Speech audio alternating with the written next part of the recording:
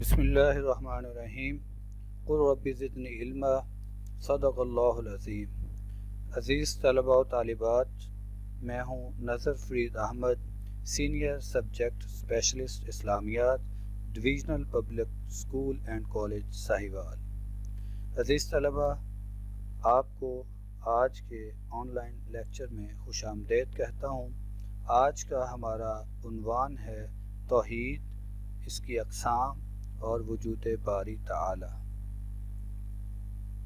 عزیز طلباء، سبق کے باقاعدہ آغاز سے پہلے اس کے مقاصد مد نظر رکھیں۔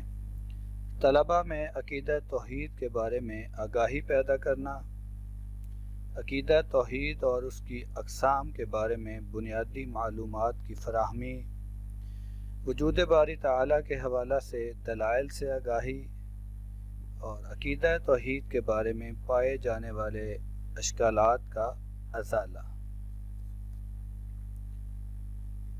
عزیز طلباء، اب ہم عقیدہ کی لغوی تعریف کرتے ہیں۔ عقیدہ دراصل لفظ عقد سے ماخوذ ہے، جس کے معنی ہے کسی چیز کو باندھنا، گرہ لگانا اور پکا کرنا یا پکی کی ہوئی چیز کے ہیں۔ جیسے کہا جاتا ہے اعتقدت کذا، میں ایسا اعتقاد رکھتا ہوں، یعنی میں نے اس عقیدے کو اپنے دل اور ضمیر سے باندھ لیا ہے۔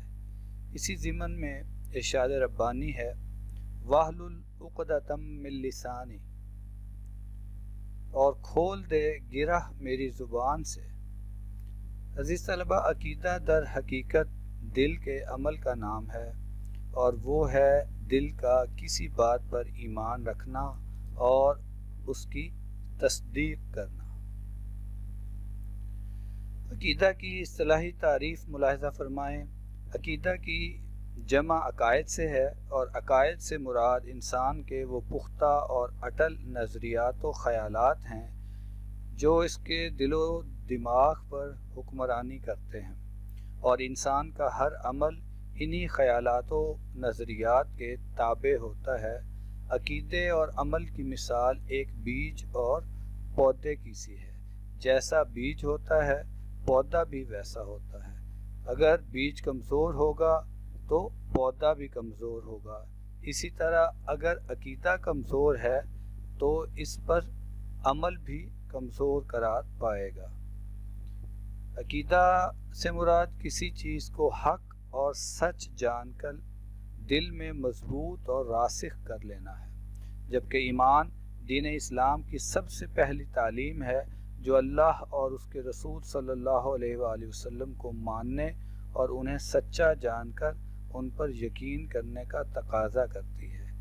مسلمان کا دین اسلام کی تعلیمات کو سچا جاننا اور دل سے ان کی تصدیق کرنا ایمان کہلاتا ہے، اور یہی اگر راسخ ہو جائے تو وہ اس کا عقیدہ قرار پاتا ہے۔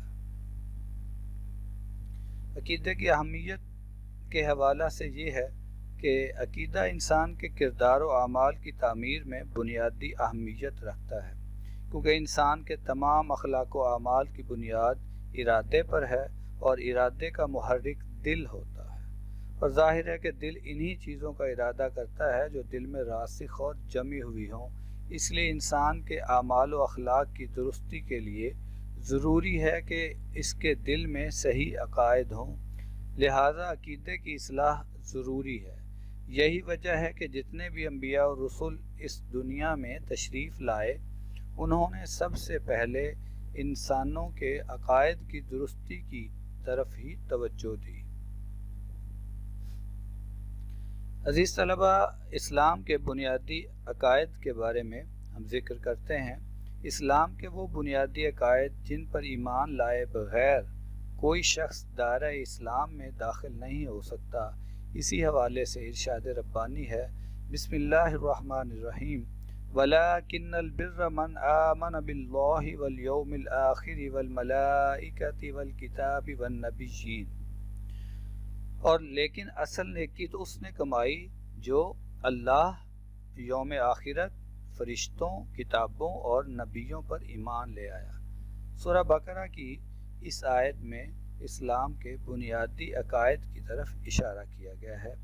اس آیہ مبارکہ کی روشنی میں مندرجہ ذیل 5 بنیادی عقائد ہمارے سامنے آتے ہیں۔ نمبر 1 توحید پر ایمان، نمبر 2 رسالت پر ایمان، نمبر 3 فرشتوں پر ایمان، نمبر 4 آسمانی کتابوں پر ایمان، اور نمبر 5 آخرت کے دن پر ایمان۔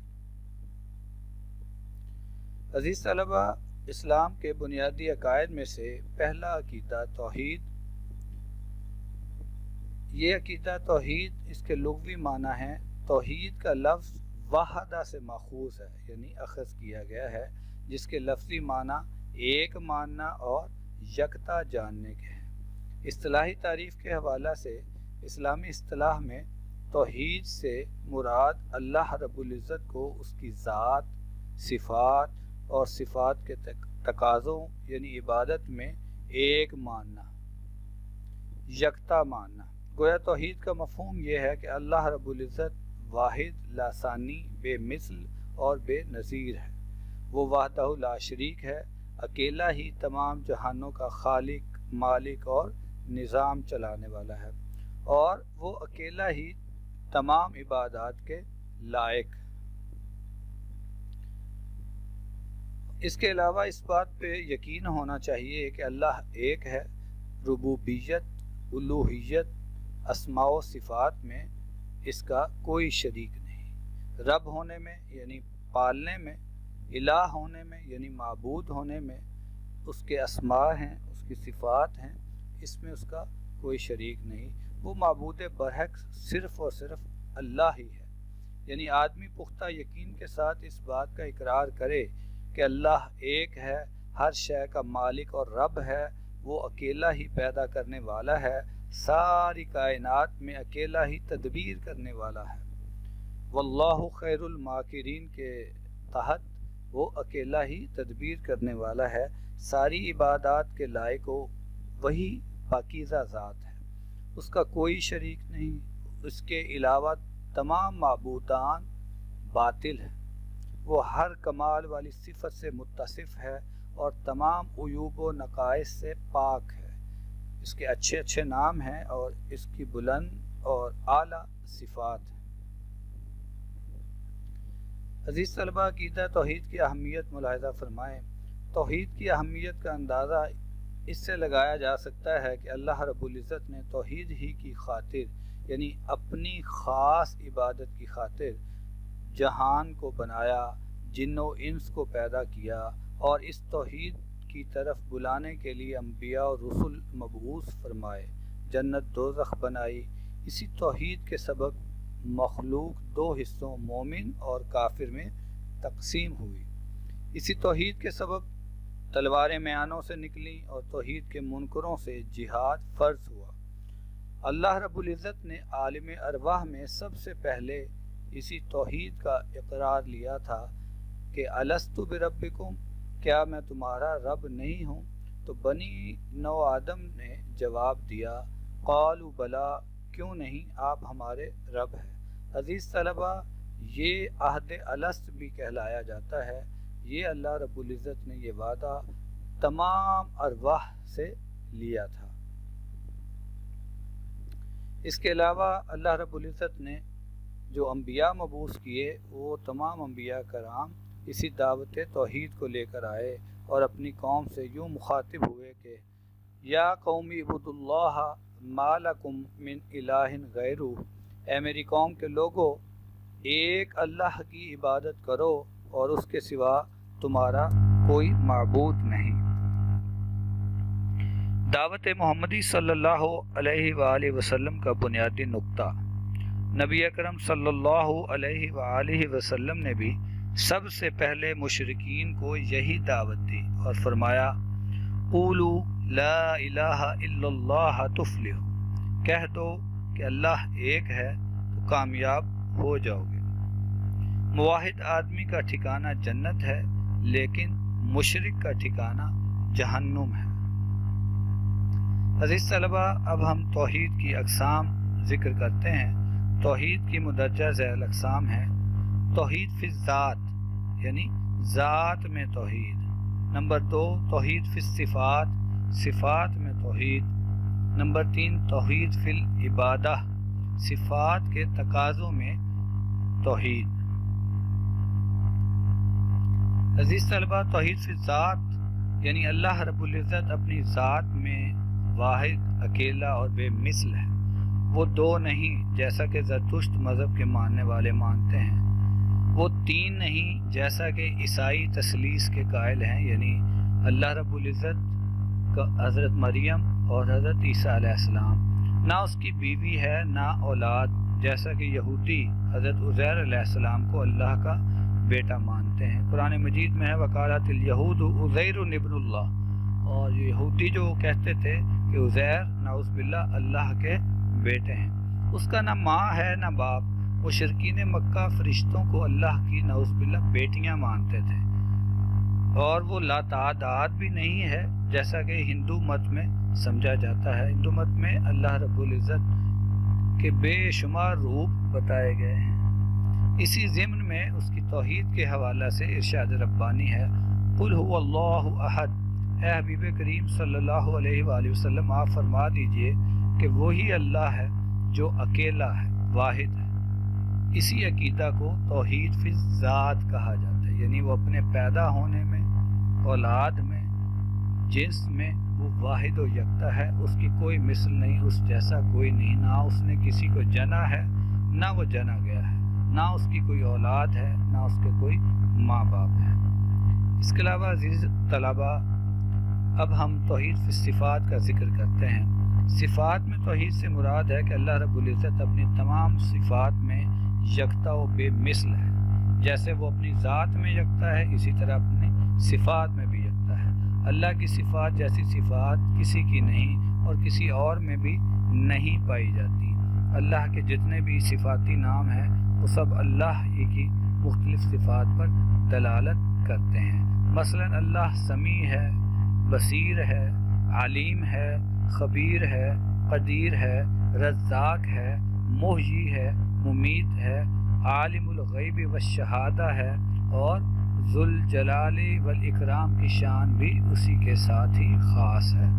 صفات میں توحید سے مراد یہ عقیدہ رکھنا کہ جس طرح اللہ ان صفات کا مالک ہے، کسی دوسرے میں یہ صفات موجود نہیں۔ عزیز طلبہ، توحید فی العبادہ یعنی صفات کے تقاضوں میں توحید۔ اللہ کی جتنی بھی صفات ہیں وہ سب یہ تقاضا کرتی ہیں کہ اللہ کے سوا کسی کی عبادت نہ کی جائے۔ جس طرح وہ اپنی ذات اور صفات میں اکیلا ہے، اسی طرح عبادت میں بھی اکیلا ہی ہے، ایک ہی ہے۔ عبادت کا مفہوم یہ ہے کہ ہر وہ کام جس کے کرنے پر اللہ سے ثواب ملتا ہے وہ عبادت ہے۔ نماز، روزہ، زکوٰۃ، حج، جہاد، ہجرت، نذر، قربانی، دعا اور سجدہ وغیرہ عبادات ہیں۔ یہ عبادات صرف اور صرف اللہ ہی کے لیے ہونی چاہیے۔ اس کے ساتھ صفات کے تقاضے ہیں، سمع، بصر، قدرت، ارادہ۔ فإنما يقول له كن فيكون، جب وہ کسی شے کا ارادہ کرتا ہے تو وہ پس وہ شے ہو جاتی ہے۔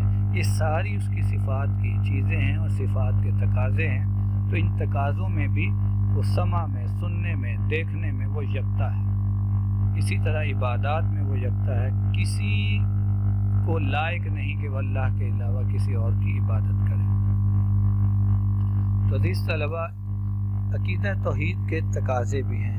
ظاہر ہے جب ہم اللہ کو مانتے ہیں تو اللہ کو ایک مانتے ہیں تو واحد ماننے کے حوالے سے مواحد کے کچھ تقاضے بھی ہوتے ہیں۔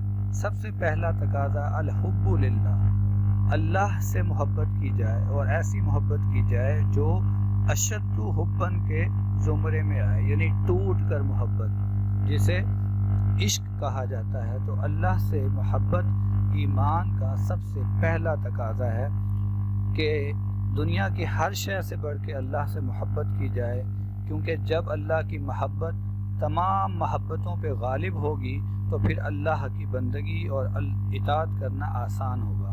اسی ضمن میں ارشاد ربانی ہے والذین آمنوا اشد حبا للہ، اور ایمان والے سب سے بڑھ کر اللہ سے محبت کرتے ہیں۔ تو اللہ سے محبت کرنے کا امتیاز جو ہے وہ صرف ایمان والوں کو ہی نصیب ہوتا ہے۔ اس کے بعد اطاعت ربانی ہے۔ جب محبت ہوتی ہے پھر آدمی اس محبوب کی اطاعت میں آ جاتا ہے۔ عقیدہ توحید کا اگلا تقاضا یہ ہے کہ لازمی طور پر اللہ کی اطاعت کی جائے، کیونکہ جس سے محبت کی جاتی ہے اس کی بات بھی مانی جاتی ہے۔ اطاعت ربانی کے حوالے سے ارشاد ربانی ہے، اتبعوا ما انزل الیکم من ربکم، جو بھی تمہارے رب کی طرف سے نازل ہوا ہے اس کی پیروی کرو۔ عزیز طلبہ، اس کے بعد عقیدہ توحید کے تقاضوں میں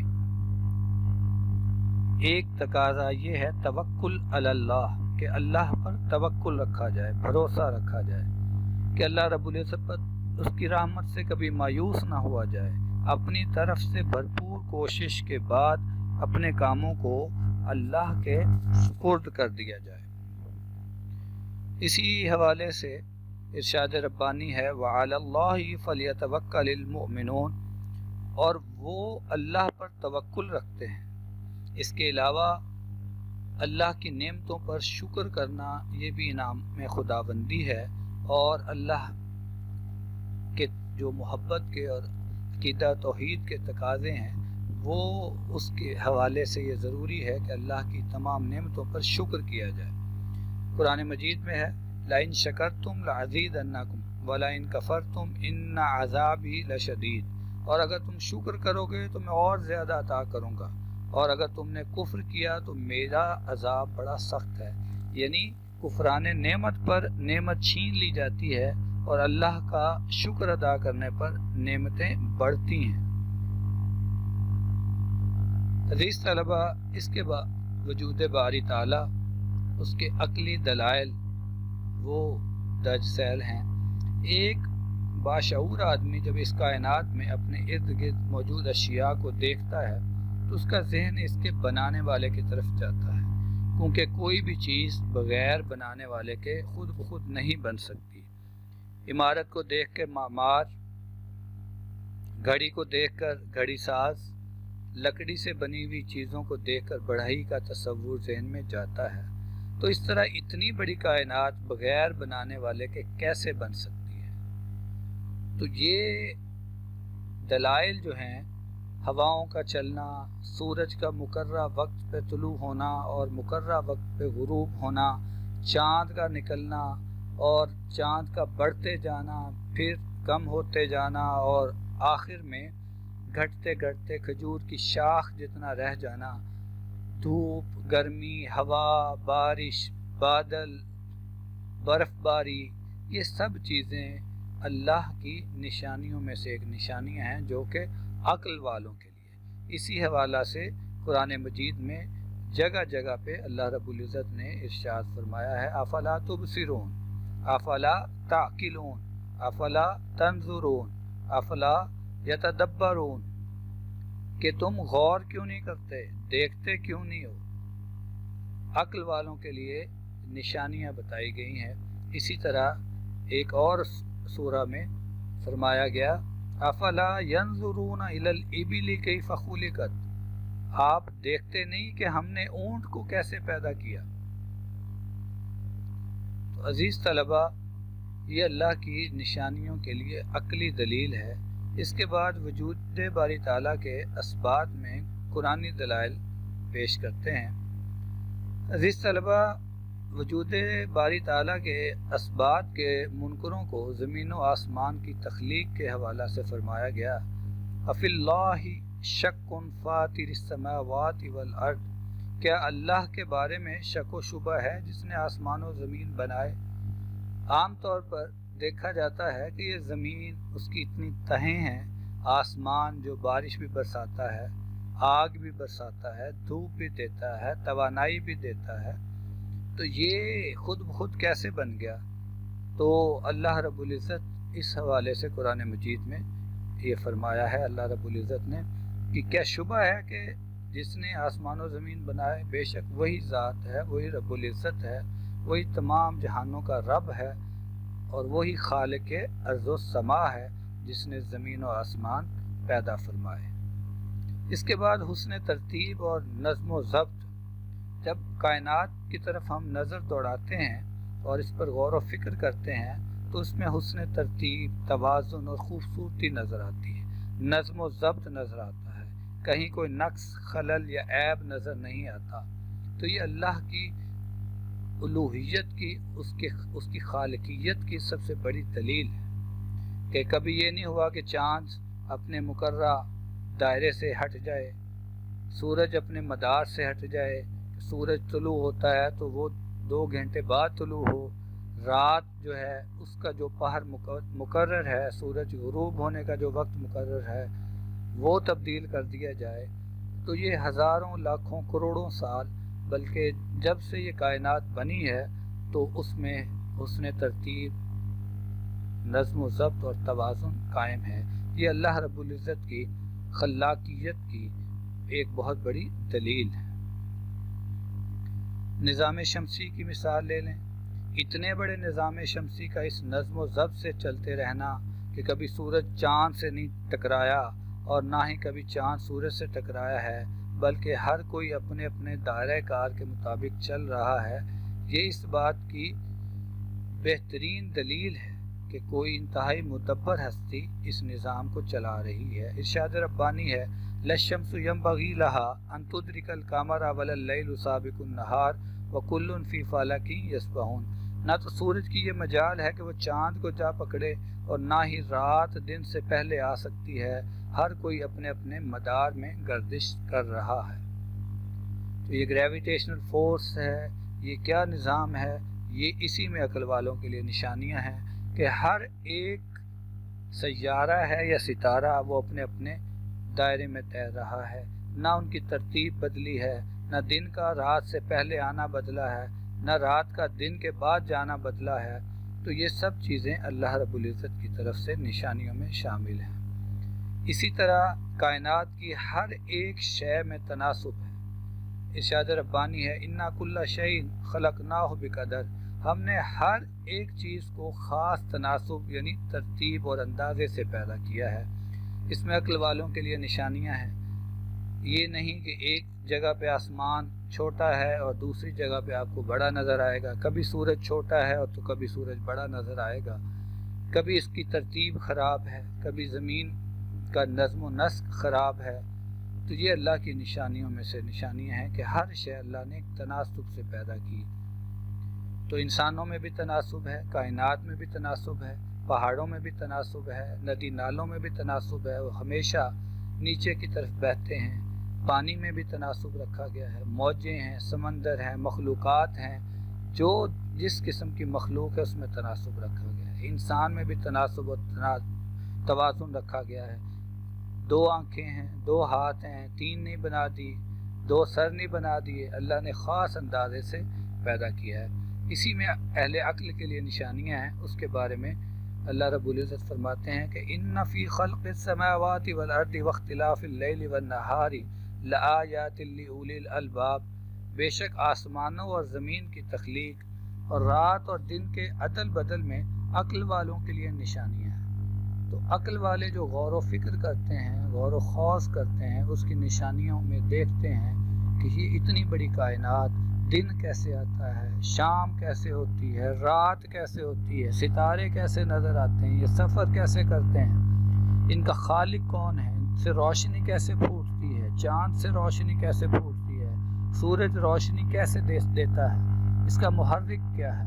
تو یہ سب چیزیں اللہ رب العزت کی خلاقیت کو واضح فرماتی ہیں۔ اس کے علاوہ آفاق و انفس میں نشانیاں ہیں۔ انسان اگر غور کرے تو اسے اپنے ارد گرد خود اپنے وجود سے نشانیاں ملیں گی جس سے وہ وجود باری تعالیٰ کا قائل ہوتا۔ ارشاد ربانی ہے، وَفِي الْأَرْضِ آیَاتٌ لِلْمُوقِنِينَ وَفِي أَنفُسِكُمْ أَفَلَا تُبْصِرُونَ۔